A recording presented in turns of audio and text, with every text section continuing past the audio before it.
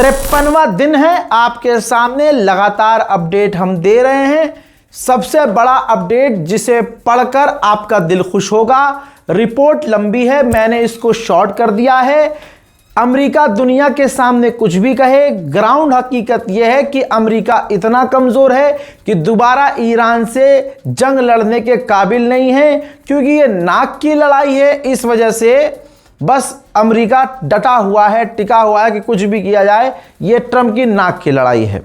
America की report के अनुसार इतने हथियार इंटरसेप्टर उसके ख़त्म हो चुके हैं कि दोबारा वो लंबी लड़ाई, ये वर्ड यूज़ किया हुआ है, लंबी लड़ाई नहीं लड़ सकता ईरान से ट्रंप। जी हाँ, ये समझ लीजिए, रिपोर्ट में बताया गया है कि अमेरिका ने ऑलरेडी 45% उसके स्ट्राइक मिसाइल्स ख़त्म कर दिए हैं। यानी वो मिसाइल, खासकर जो प्रेक्सन स्ट्राइक मिसाइल है अमेरिका की, वो 45% यूज़ कर चुका है। ये जो प्रेक्सन मिसाइल है, ये ऐसी मिसाइल होती है अमेरिका की जो टॉप की मिसाइल हैं, गाइडेड मिसाइल हैं, और ये हमेशा टारगेट पर हिट होती हैं। ये वाली मिसाइल 45% ईरान के खिलाफ अमेरिका इस्तेमाल करके ख़त्म कर चुका है। दूसरा, 50% थर्ड एयर डिफेंस सिस्टम के इंटरसेप्टर ख़त्म कर चुका है अपने अमेरिका। इतने वो इंटरसेप्टर थर्ड इतना यूज़ कर चुका है पिछले हमले में, पिछली जंग में ईरान से, क्या 50% उसके इंटरसेप्टर ख़त्म हो चुके हैं। तमाम कौम इस बात को समझ ले। फिर उसके बाद लगभग 50% पैट्रियट एयर डिफेंस सिस्टम की मिसाइलें ख़त्म हो चुकी हैं उसकी। इसके अलावा उसके दूसरे जो सिस्टम हैं, जैसे टोमाहॉक लॉन्ग रेंज मिसाइल, 20 से 30% वो ख़त्म कर चुका है। तो अब ये भी जान लीजिए कि ये सारा हथियार, सारा स्टॉक उसने बनाया था चीन के खिलाफ, कि ये हथियार हम चीन के खिलाफ इस्तेमाल करेंगे, लेकिन करना पड़ गया ईरान के खिलाफ इस्तेमाल। तो दो नुकसान अमेरिका को हुए। पहली बात कि उसके खुद के हथियार इतने ख़त्म हो गए, ईरान पर इतने मिसाइलें और इतने हथियार इस्तेमाल किए, और ईरान अभी भी टिका हुआ है। दूसरी बात, जो हथियार चाइना के लिए बनाए थे वो ईरान पर इस्तेमाल करने पड़े। हथियारों से अमेरिका कमज़ोर हो गया, और चाइना अमेरिका के आगे अब बड़ा ख़तरा बन गया। इसी वजह से डोनाल्ड ट्रंप सिर्फ भौंक रहा है, कर कुछ नहीं रहा है। और ईरान पर अगर अमेरिका हमला भी करेगा तो वो लॉन्ग रेंज पर नहीं करेगा, बहुत लिमिटेड हमला करेगा, ऐसा एक्सपर्ट पहले ही बोल चुके हैं, और ये बात मैं आपको पहले ही बता चुका हूं। तो दोस्तों, खोखला शेर है इस वक्त अमेरिका, खोखला शेर है, मिट्टी का, कागज का टाइगर बोला जाता है ना इन लोगों की ज़बान में। तो कागज का टाइगर कोई और नहीं, कागज का टाइगर बनकर अब सिर्फ अमेरिका रह चुका है। भाई, जहां बात घमंड की आती है, इज्जत की और नाक की बात आती है, खासकर आदमी लोग, आपको पता ही है जो घमंडी होता है भाई, वो आदमी क्या नहीं करता। अब देखिए, अमेरिका के ऑफिशियल्स को डर है कि अमेरिका का जो राष्ट्रपति डोनाल्ड ट्रंप है वो बेवकूफ़ाना हरकत बहुत बार कर चुका है, और अब जब ईरान एक भी बात सुनने को राज़ी नहीं है ट्रंप की, तो ट्रंप ईगो में आकर, ईगोइस्टिक आदमी है तो ईगो उसका हर्ट होगा, तो वो बौखलाहट में आकर कोई गलत फैसला, गलत ऑर्डर दे सकता है। कौन कह रहा है ये? मैं नहीं कह रहा हूं, रज़ाग्राफी नहीं कह रहा है, कोई पाकिस्तान और भारत का मीडिया नहीं कह रहा है, ये खुद अमेरिका के ऑफिशियल्स कह रहे हैं, और कंफर्म अमेरिकी मीडिया कर रहा है कि ऑफिशियल्स को डर है कि डोनाल्ड ट्रंप बौखलाहट में कुछ गलत कदम ना उठा ले, कुछ बड़ा फैसला न ले ले जो हमारे लिए बहुत गलत साबित होगा। लीजिए, अब ईरान की भी सुन लीजिए। ईरान ने साफ कह दिया है कि अगर अमेरिका ने ब्लॉकेज हटा दिया, जो उसने रास्ते बंद किए हुए हैं, अगर उसने हटा दिया तो हम बात करने के लिए पाकिस्तान आ जाएंगे। उधर अमेरिका ने दावा किया है कि 28 वेसल्स को हम अपने ब्लॉकेज को लगाकर, ब्लॉकेज के जरिए 28 ईरानियन वेसल्स को वापस भेज चुके हैं। उधर मेरे दोस्तों, ईरान पूरे लीगल प्रोसेस को फॉलो कर रहा है। ईरान के जो 2 टैंकरों को अमेरिका ने सीज किया है, यूएन के अंदर ईरान ने आधिकारिक कंप्लेन अमेरिका के खिलाफ दाखिल कर दी है। नाटो और यूरोप से चिढ़ चुका है डोनाल्ड ट्रंप, और ये गुलाबी सुअर घुन्ना आदमी है, ये बात सबको पता चल चुका है। अब ये जिस भी मीडिया पर जा रहा है, जिस भी चैनल पर जा रहा है, हर जगह वो सिर्फ बुराई कर रहा है और कह रहा है कि अब इसमें सुनिए नई बात क्या कही है। उसने कहा है कि नेटो से 1000 गुना बेहतर अरब के देश हैं। ईरान बेवकूफ़ तो है नहीं कि फिर से धोखा खाएगा।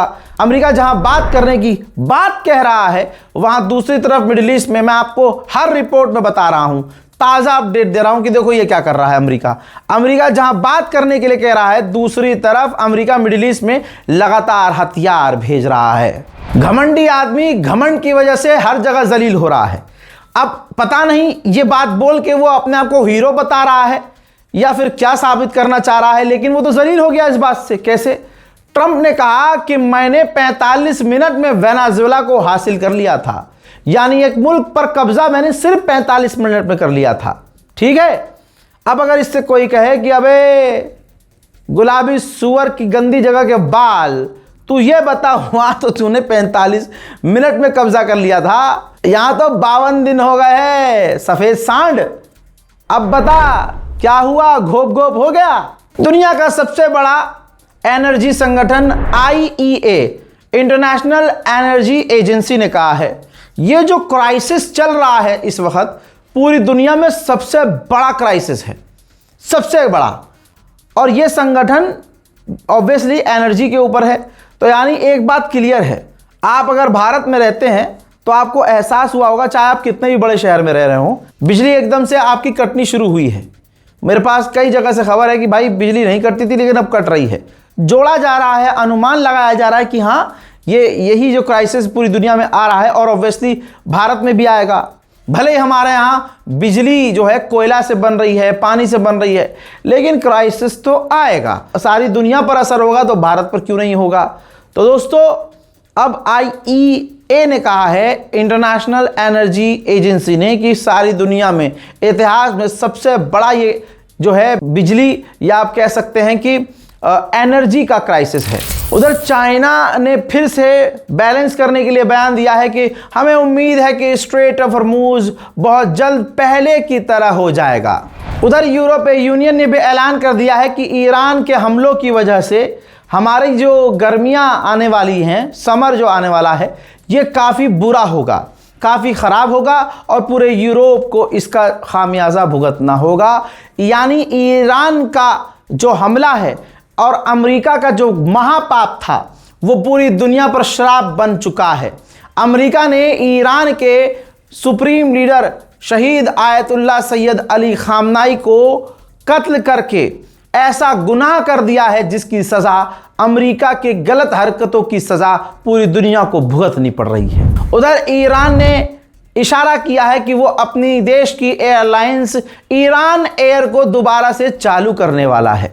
जर्मनी के विदेश मंत्री ने कहा है, हालांकि इसकी सुनना कोई चाहता नहीं, इसने कहा है कि हम चाहते हैं कि ईरान अमेरिका से बातचीत करके नॉर्मलाइजेशन कर ले, लड़ाई दंगा ख़त्म कर ले, और हम खिलाफ हैं उस बयान के, उस मांग के जिसमें मांग की जा रही है कि इजराइल पर पाबंदियां लगाई जाएं। अब जिस देश का राष्ट्रपति खुद ही बातचीत लबर लबर लल्लो चला के ख़राब कर रहा हो, अगला फिर क्यों बात करेगा। अब इस गुलाबी सुअर को, इसके हाथ से कोई फ़ोन छीनो साले के, ये लिखता है हर आधे घंटे में, और इसने लिखा है कि ईरान ने कई बार सीज फायर का उल्लंघन किया है। बताइए, गुलाबी सुअर को ये नहीं नज़र आया कि इजराइल ने लेबनान पर हमले किए और वो कर रहा है, तोड़फोड़ मचा रहा है, लोगों को धमकी दे रहा है, वहां सीज फायर का उल्लंघन नहीं दिख रहा है। गाजा के अंदर इजराइल रोज बमबारी कर रहा है, 4 से 5 लोगों को मार रहा है, अमेरिका को नहीं दिख रहा है कि इजराइल सीज फायर कर रहा है। ईरान रोज सीज फायर का उल्लंघन कर रहा है, गुलाबी सुअर को यह ठीक से दिख रहा है। मेरे दोस्तों, ईरान पूरी ताकत से स्ट्रेट ऑफ हॉर्मूज को जकड़ चुका है। पूरी दुनिया इसीलिए हिली हुई है कि ईरान पूरी मजबूती से डटा हुआ है। स्ट्रेट ऑफ हॉर्मूज की ये ऐतिहासिक तस्वीर है, खास करके गुलाबी सुअर के मुंह पर थूकते हुए स्ट्रेट ऑफ हॉर्मूज में ईरान का, अपने देश का परचम लहराया है। अल्लाह अकबर। आप समझिए अमेरिका और इजराइल का आतंक कैसा है। ईरान पर जो हमला किया गया, कैसा किया गया, जरा इन शब्दों को समझने की कोशिश कीजिएगा। ईरान ने कहा है कि हमारे मुल्क में जितने लोग अमेरिका के आतंक से मारे गए हैं, अमेरिका और इजराइल के हमलों में मारे गए हैं, उनमें से 40% मारे गए लोगों को पहचाना भी नहीं जा सकता। अल्लाह अकबर, ऐसा हमला किया है अमेरिका ने, इजराइल ने ईरानियों के ऊपर, ईरान के आम लोगों के ऊपर, कि उनके खुद के घर वाले भी उनको पहचान नहीं पा रहे हैं। अमेरिकी ऑफिशियल ने कहा है कि हमारे 415 अमेरिकी फौजी घायल हुए हैं, लेकिन मारे कितने गए हैं ये कोई नहीं बता रहा है। उधर IRGC कमांडर ने फिर से धमकी दी है कि अगर डोनाल्ड ट्रंप यानी अमेरिका सीज फायर का उल्लंघन करते हैं और हम पर हमला करते हैं तो उसी वक्त तगड़ा जवाब देंगे बिना समय बर्बाद किए। उधर ईरान ने मांग की है कि इजराइल भी NPT प्रोग्राम में शामिल हो, न्यूक्लियर प्रोग्राम ट्रीटी में शामिल हो। उधर गुलाबी सुअर, सोचिए, एक तरफ मांग कर रहा है कि हमसे बात कर लो, बात कर लो हमसे, बात कर लो हमसे, डील कर लो, ये वाला कैरेक्टर है, तो सामने वाला बात क्यों करेगा। अब बौखलाहट देखिए, कह रहा है कि स्ट्रेट ऑफ हॉर्मुज हम कंट्रोल कर रहे हैं। देख लीजिए, ये होता है सूखा नशा। जिसने पोलियो की 2 खुराक ना पी हो तो बुढ़ापे में ऐसा हो जाता है। अब आपने अभी मेरी ही इसी रिपोर्ट में देखा कि स्ट्रेट ऑफ हॉर्मुज में ईरान झंडा लहरा रहा है अपना, और गुलाबी सुअर कह रहा है कि स्ट्रेट ऑफ हॉर्मुज हम कंट्रोल कर रहे हैं और मुझे लगता है अच्छी डील हो जाएगी। पिछले 48 घंटे से हर रिपोर्ट में मैंने दिखाया है कि ईरान कह रहा है कि हम बात ही नहीं करेंगे, हम बात नहीं, ये अपनी एक फर्जी दुनिया में जी रहा है जहां इसको लगता है कि जो मैं बोल रहा हूं वही सच है। मेरे दोस्तों, यूरोपियन ऑफिशियल ने कह दिया है कि स्ट्रेट ऑफ हॉर्मुज बंद होने की वजह से यूरोप में फूड की शॉर्टेज हो सकती है, उसको स्टोरेज करना होगा, फालतू में चीजों को वेस्ट नहीं होने देना है। यानी आज हालत ये हो गई है, ईरान की ताकत आप समझिए कि यूरोप ऐलान कर रहा है कि हमारे यहां खाने पीने की, अनाज की कमी हो सकती है। उधर चाइना के एम्बेसडर जो पाकिस्तान में हैं, उन्होंने पाकिस्तान की टॉप टीम से, डेलीगेशन से मिलकर बात की है। दोनों के बीच क्या बात हुई है नहीं पता, लेकिन बात तो हुई है। मेरे दोस्तों, जो कुर्दिश लड़ाके अब तक कह रहे थे हम नहीं लड़ेंगे जी, जब ईरान पीट रहा था, अब तक पीट रहा है, तो इन्होंने कहा कि हम नहीं लड़ रहे, हमारी लड़ाई ईरान से नहीं है, गलती हो गई, हम बिल्कुल अलग हैं। लेकिन ईरान लगातार सीज फायर के बावजूद इराक में कुर्दिश लड़ाकों को लगातार, कुर्दिश आतंकवादियों को लगातार टारगेट कर रहा था ईरान। सबको ये लग रहा था कि यार ईरान क्यों ही मार रहा है जब लड़ाई नहीं चल रही है, सीज फायर है। तो यह वजह थी।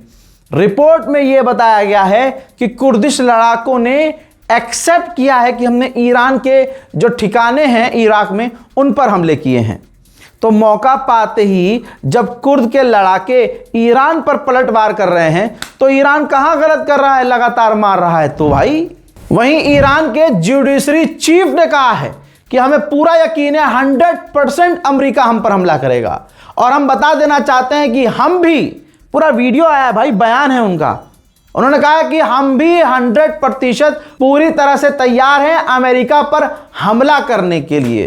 तो दोस्तों, फिलहाल के इस रिपोर्ट में इतना ही, और भी अपडेट के साथ फिर से आपके सामने आऊंगा। कई सारे अपडेट दे चुका हूं, दुआओं में मुझे याद रखिएगा। हमारे चैनल रजा ग्राफी अनस्क्रिप्टेड को सब्सक्राइब कीजिए। जय हिंद।